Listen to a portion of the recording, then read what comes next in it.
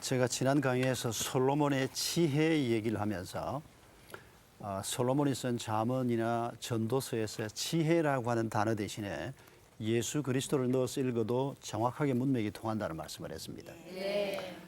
예수 그리스도는 지혜로우신 분 정도가 아니고 지혜 그 자체이신 분이기 때문입니다. 이 세상에 존재하는 모든 지혜는 예수님에게로부터 나온다고 표현해도 조금 더 과하지 않다는 것입니다. 그래서 오늘은 우리가 예수님을 설명하는 여러 가지 방법이 있지만은 제 마음에는 뭐 예수 그리스도는 뭐 하나님의 아들이고 두 가지 성품을 가지고 계시고 이런 분이고 하는 그런 소위 말하는 조직 신학적인 접근보다 성경에서 어떤 한 상황 속에서 한 사람이 예수 그리스도를 어떻게 만났는가 이게 우리에게 더 의미가 있지 않을까. 그래서 오늘 이 시간에는 누가복음 5장에 나오는 베드로가 만난 예수 그리스도 얘기를 잠깐 좀 해보려고 합니다. 이 예수 그리스도를 우리도 만약에 붙잡는다면, 만난다면 솔로몬이 가졌던 지혜나 베드로가 지혜롭게 살았던 삶 이상으로 우리가 지혜롭게 살 수 있기 때문입니다.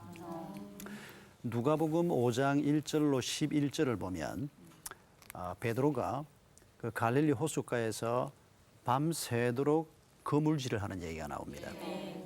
아시겠지만 베드로는 어부입니다. 그리고 예수님하고 나이가 비슷한 연배분으로 알려져 있습니다. 그러면 나이가 한 30점에 갈릴리 호수에 어부면 여러분 베테랑 어부라는 걸 기억하셔야 합니다.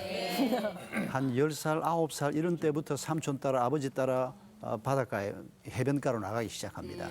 나이 30이면 베테랑 중에 베테랑입니다. 더군다나 그 시절의 남자들의 평균 수명이 40 초반이었습니다. 최고의 절정기였네. 그럼요. 뭐 물고기를 갈릴리 호수에서 잡는 일에 있어서는 베드로 따라갈 사람은 아무도 없었다.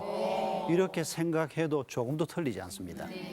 근데 그 베드로가 누가복음 5장을 보면 밤새도록 그물질을 했는데 물고기를 전혀 못 잡았다고 얘기합니다. 이상한 일 아닙니까? 그 물고기가 다 어디로 갔습니까? 그러니까 지혜로운 사람은 물고기를 많이 잡았다. 나중에 결론에 그게 나오는데 그게 아니고 물고기가 없었다. 여기에서부터 뭔가 이상한 일이 벌어지는구나 하는 걸 느끼기 시작해야 한다는 겁니다. 하나님께서 이미 뭔가 시작을 하셨다는 겁니다. 어떻게 그렇게 베테랑 어부가 나갔는데 그 속에 물고기가 어디에 많이 있는지 물기를 아는 사람입니다. 그런데 밤새도록 잡았는데 전혀 못 잡았습니다. 여러분 밤새도록 돈 한 푼도 못 벌고 아주 피곤한 상태에서 그물을 씻어서 이게 이제 말리려고 그래 걸고 있는 어부의 심정을 짐작하실 수 있겠죠. 그때 예수님이 나타났습니다. 그리고는 하필이면 돈 한 푼 못 번 베드로의 배를 빌려달라고 합니다. 그 배를 어디에 쓰시려고 하는 거 하니까 사람들을 이렇게 해변가에 앉혀놓고 그러니까 해변이 이렇게 청이 져 있지 않습니까? 거기에 앉혀놓고 예수님은 배에 앉아서 약간 이래 띄워놓고 말씀을 하시면 바람이 뒤쪽에서 해변 쪽으로 갑니다. 그러면 특별히 확성기가 없어도 예수님의 목소리가 많은 사람에게 들려지는 이 기가 막힌 굉장히 과학적입니다. 그때 기적이 일어나지 않아도 목소리가 잘 전달되는 상황을 예수님께서 만드신 겁니다. 그래서 배가 필요했던 겁니다. 그런데 왜 하필 그 배가 돈 못 번 베드로 배입니까? 베드로는 빨리 집에 가서 쉬어야 되는데 여러분 그 피곤한 몸으로 뭐 그냥 땀 흘렸지요. 뭐 바다 물 뒤집어 썼지요. 빨리 가서 샤워하고 좀 밥 한 그릇 잘 먹고 쉬면 얼마나 기분이 좋겠습니까? 근데 굳이 예수님이 베드로 배를 빌려달라고 그럽니다. 베드로가 왜 배를 빌려줬는지 모르겠습니다. 저는 천국 가면 베드로한테 묻고 싶은 질문 1번이 그때 왜 배를 빌려줬냐. 그런 상태에서 배 못 빌려줍니다. 예수님을 믿는 것도 아니고 예수님이 누군지도 모르고 무슨 존경심이 있는 것도 아니고 예수님이 베드로 씨 배 좀 빌려주세요라고 했을 때 예수님의 눈이 막 이글이글 타고 있었을까요? 그래서 베드로가 그 눈을 보고는 이거 안 빌려주면 안 되겠다. 그래서 빌려줬을까요? 뭐 모르지. 돈을 좀 주시고. 그건 왜 성경에 안 써놨을까요? 별로 신경 쓰지 말라고. 신경 쓰지 말라고. 아 맞아요? 중요하지 않기 때문에. 네, 그냥 한번 던져봤는데. 내가 하는 얘기에 집중하라고. 그래서 그 긴 얘기, 뭐 소설 하나 써도 쓸 수 있는 얘기를 11절에 담아놓았지 않습니까? 배를 빌려주고 나니까 베드로가 집에 갈 수가 없었습니다.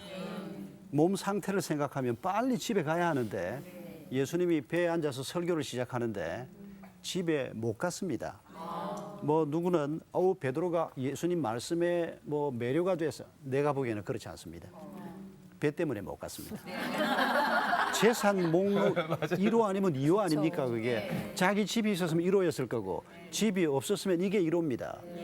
그런데 그 배를 예수님한테 맡겨놓고 예수님 나중에 잘 묶어놓고 가세요.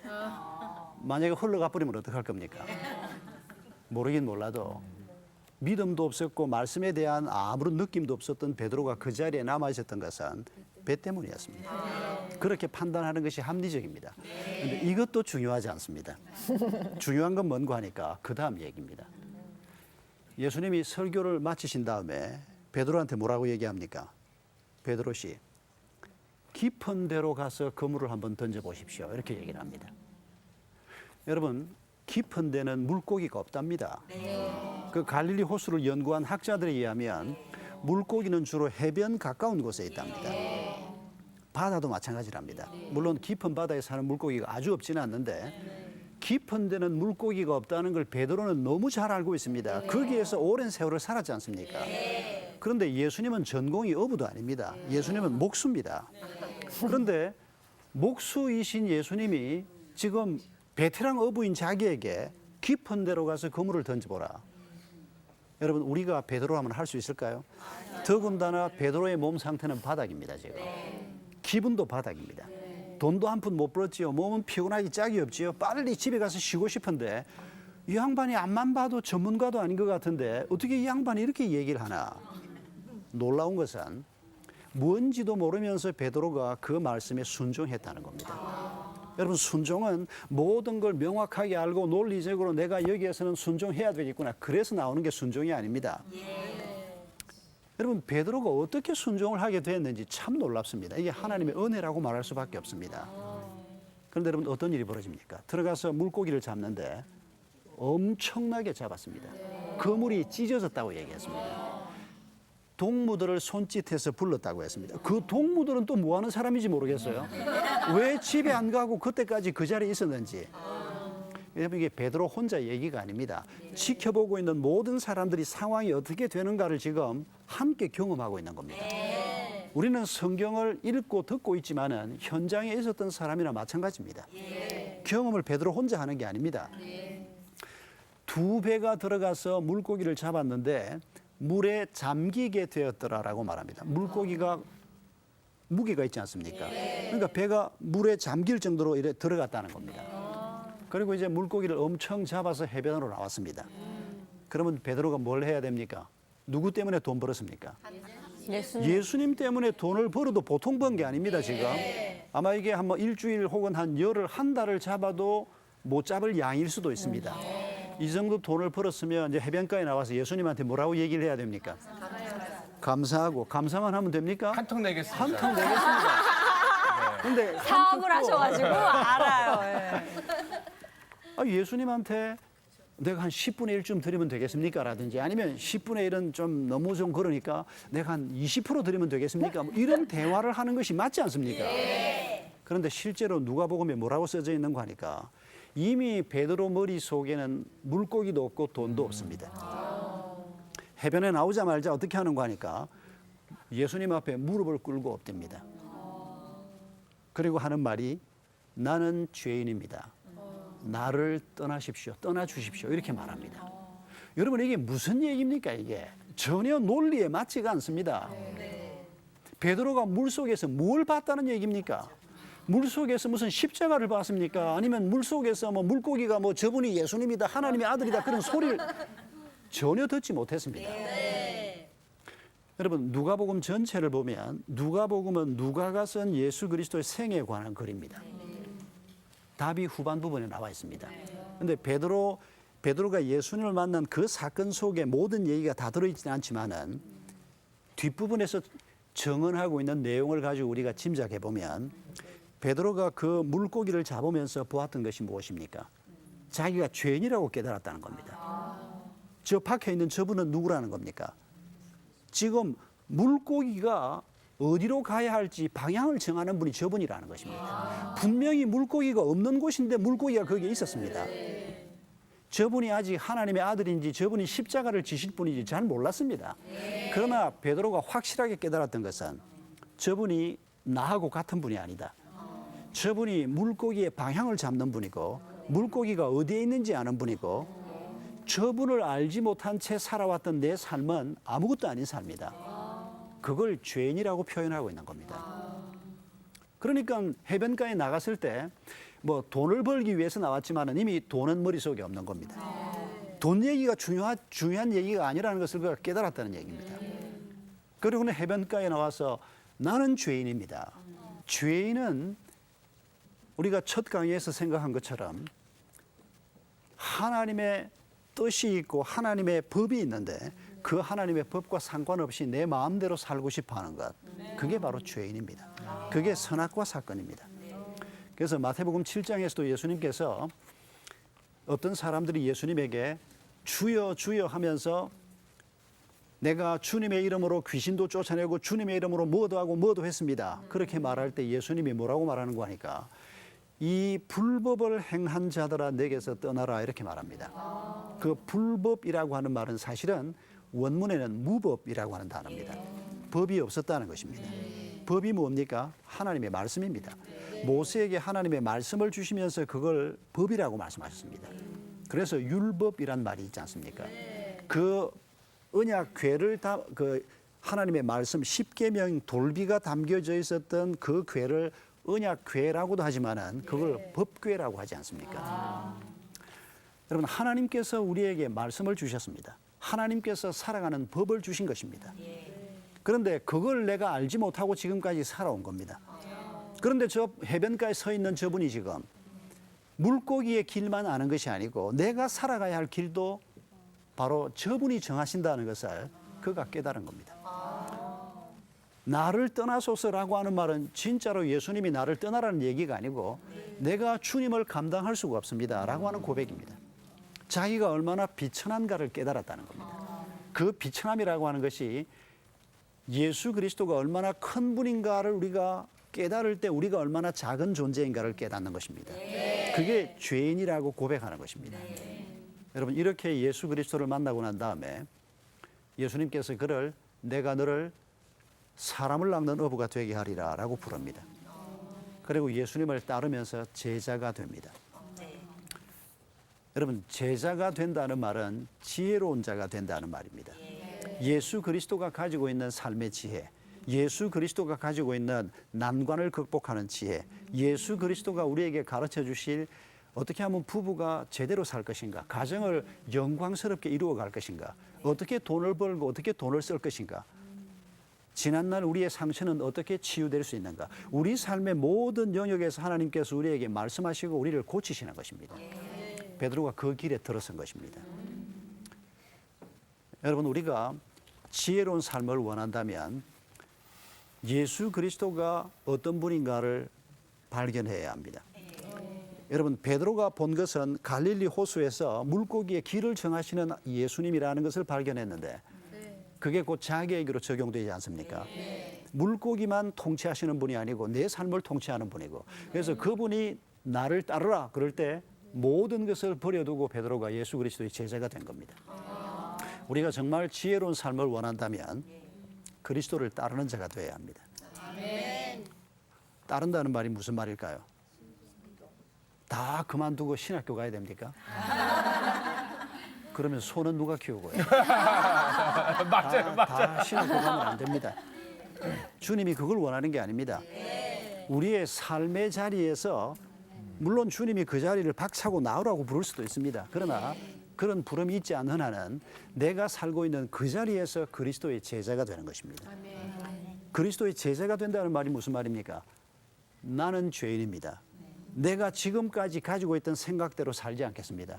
그렇게 살면 밤새도록 수고해서 하나도 못 잡습니다. 아니 잡는 사람도 있습니다. 예수 안 믿어도 출세도 하고 돈도 벌고.